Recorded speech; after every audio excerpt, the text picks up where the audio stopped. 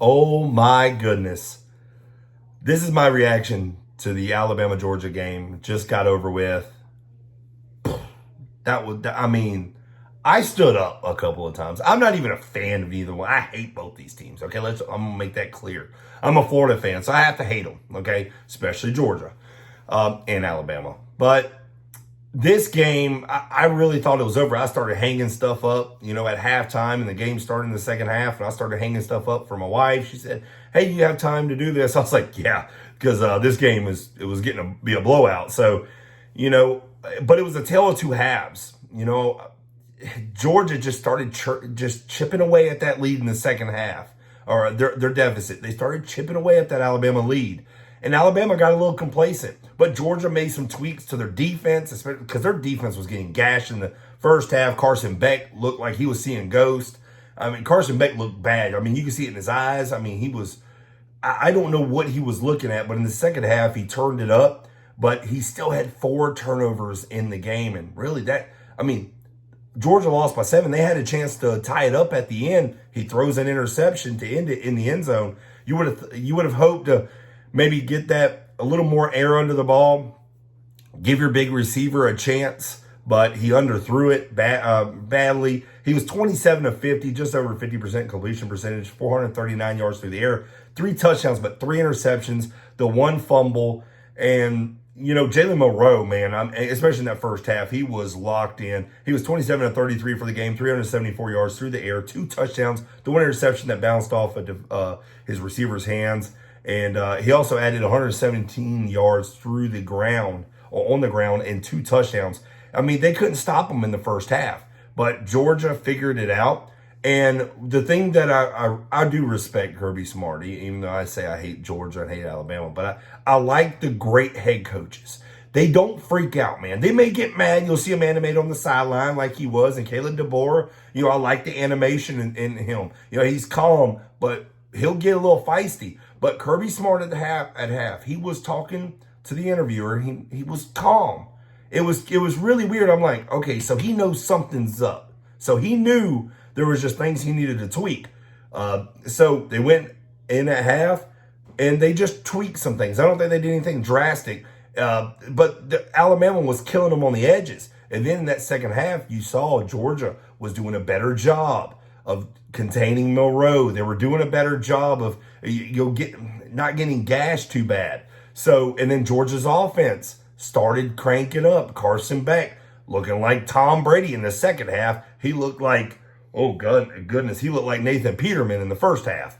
So, it was a tale of two halves. Georgia just, with all the turnovers, 4 turnovers, too much to overcome. If you lose the turnover battle, your chance of winning is very slim. But, if you're Alabama, you're great, you won, but Georgia has the firepower to compete with you, okay? Alabama, I think, got too complacent. They didn't use their whole offense like they did in the first half.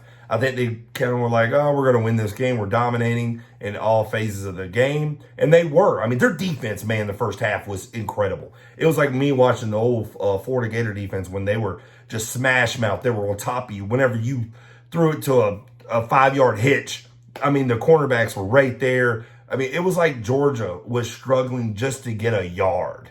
And Carson Beck was out of his element. But, Alabama looked great. I feel like Georgia in the second half started looking like Georgia that we've seen before. But Carson Beck's got to, especially in these big games, and especially against Alabama, man, he's got to limit those turnovers. That cost Georgia the game, and it put them so far behind. It was hard for them to climb out of it. But Georgia added 19 points in the fourth quarter. They were cranking up in that fourth quarter. But Alabama, with that big, long 75-yard strike to Ryan Williams, their stud freshman receiver. By the way, I don't know if you heard it. He's 17 years old. They said it like 43 times in the broadcast. But, yeah, he's a stud. Pound for pound, probably the best freshman wide receiver right now in college football. I know everybody's going to say Jeremiah Smith, and Jeremiah Smith is a heck of a receiver, okay? But pound for pound, because Ryan Williams like $175 or something like that. He's probably the best freshman wide receiver. And, he's got a chance to be the best Alabama wide receiver ever. He's got the chance. I'm not going to say he will, but he's got the chance. And we all know the Alabama wide receiver core, what they've had over the years. Julio Jones, Jalen Waddle, a lot of speedsters, a lot of good ones like Amari Cooper. He's got that chance to be up there with them. So, you know, I mean, what did he have through? Was it 177 yards on 6 receptions? Like I said, the big 75-yard, but he also tipped one to him. It was a 54-yard bomb, and he like tipped it to him, called it. I mean, dude's incredible. I mean, his hand-eye coordination is incredible. You know, I'm not just saying he's 17. It's just how he is. Yes, he should be a senior and should be playing in high school, but he's playing at the biggest stage, big-time top 5 matchup. Georgia and Alabama, and this dude, I mean, was not phased. So, you know, it was just a tale of two halves. I enjoyed the game. I was so ready to make this video and bash Georgia and their fan base. I was like, man, I'm ready. I've been waiting for it. But Georgia, the way they just battled through adversity and came back, took the lead for like 13 seconds, and then Alabama said, oh, nope, this ain't going to happen. And with the strike to Williams. But I enjoyed the game. I was up off my chair, man. I'm like, what is going on? It was just like my mind was blown.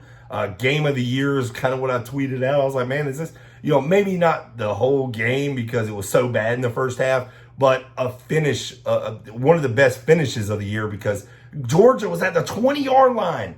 And Carson Beck, I know he was going one-on-one coverage. You would have loved to see him maybe get a little more air under that. It just, gosh, he was just inconsistent a lot tonight. You know, they rave about his accuracy, but 27 to 50 is not very accurate. But Alabama, man, their defense came to play. It was like the old Alabama, like you see. And I know we're talking about great defenses, and the game ended 41 to 34.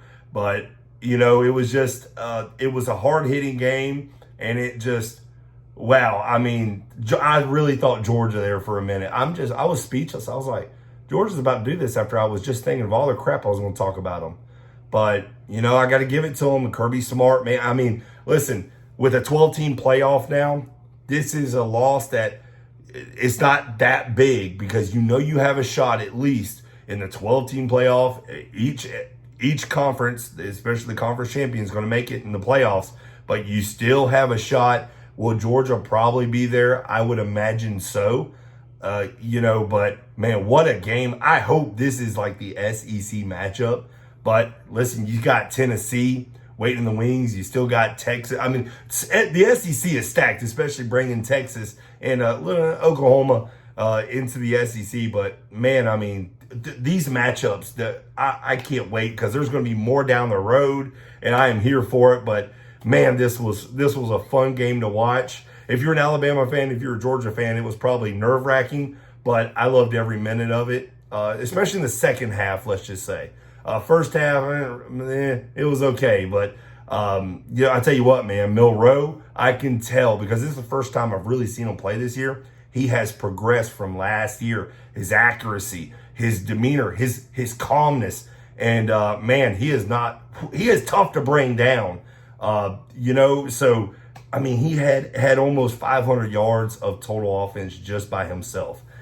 Incredible. But you know what? This is just only 4 games into the year, guys. We still got, I mean, this is a 12-game year. I mean, we're just a third of the way through college football, and I love college football and for games like this. But y'all let me know in the comments, was this one of the better finishes of a game that you've seen this year? What did you think whenever Georgia took the lead? Was this like, I mean, I want to know your thoughts. Y'all let me know down below, but I appreciate y'all watching this channel. Don't forget to hit that like button. Don't forget to hit that subscribe button as well. I appreciate it. Y'all have a great one.